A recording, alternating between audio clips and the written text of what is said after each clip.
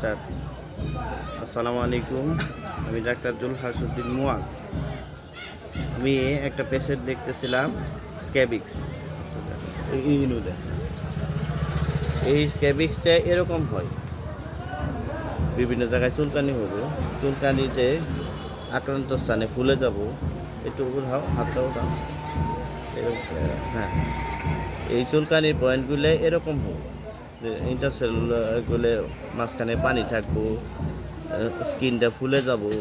হ্যাঁ, এই চুলকানির প্রথম লক্ষণ হলো এটা রাত্রে অনেক বেশি চুলকাবো। নখের সাহায্যে চুলকাইলে এটা রাখো, হাতটা এভাবেই রাখো, নখে সাইডে রানের চিপাই মাথা বাদে, মাথা গার বাদে সারা শরীরেই চুলকানি সরাইতে পারে।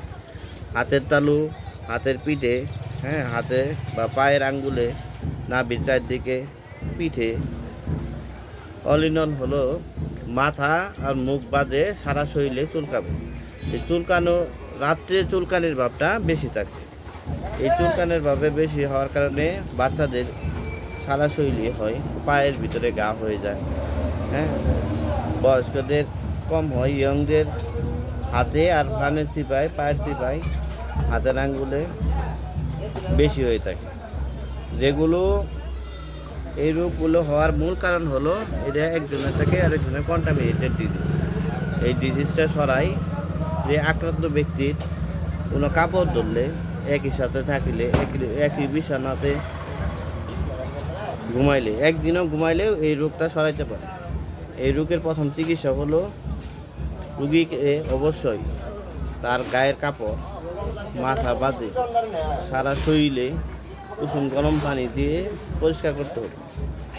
সবচেয়ে ভালো হয় পরিষ্কারের জন্য ডেটল, স্যাভলন বা অ্যান্টিসেপটিক, অ্যান্টিফাঙ্গাল যে শ্যাম্পুগুলো আছে, যেমন সিলেক্ট প্লাস, ডান্সে, এই শ্যাম্পুগুলো দিয়ে কুসুম গরম পানি দিয়ে পরিষ্কার করতে হবে।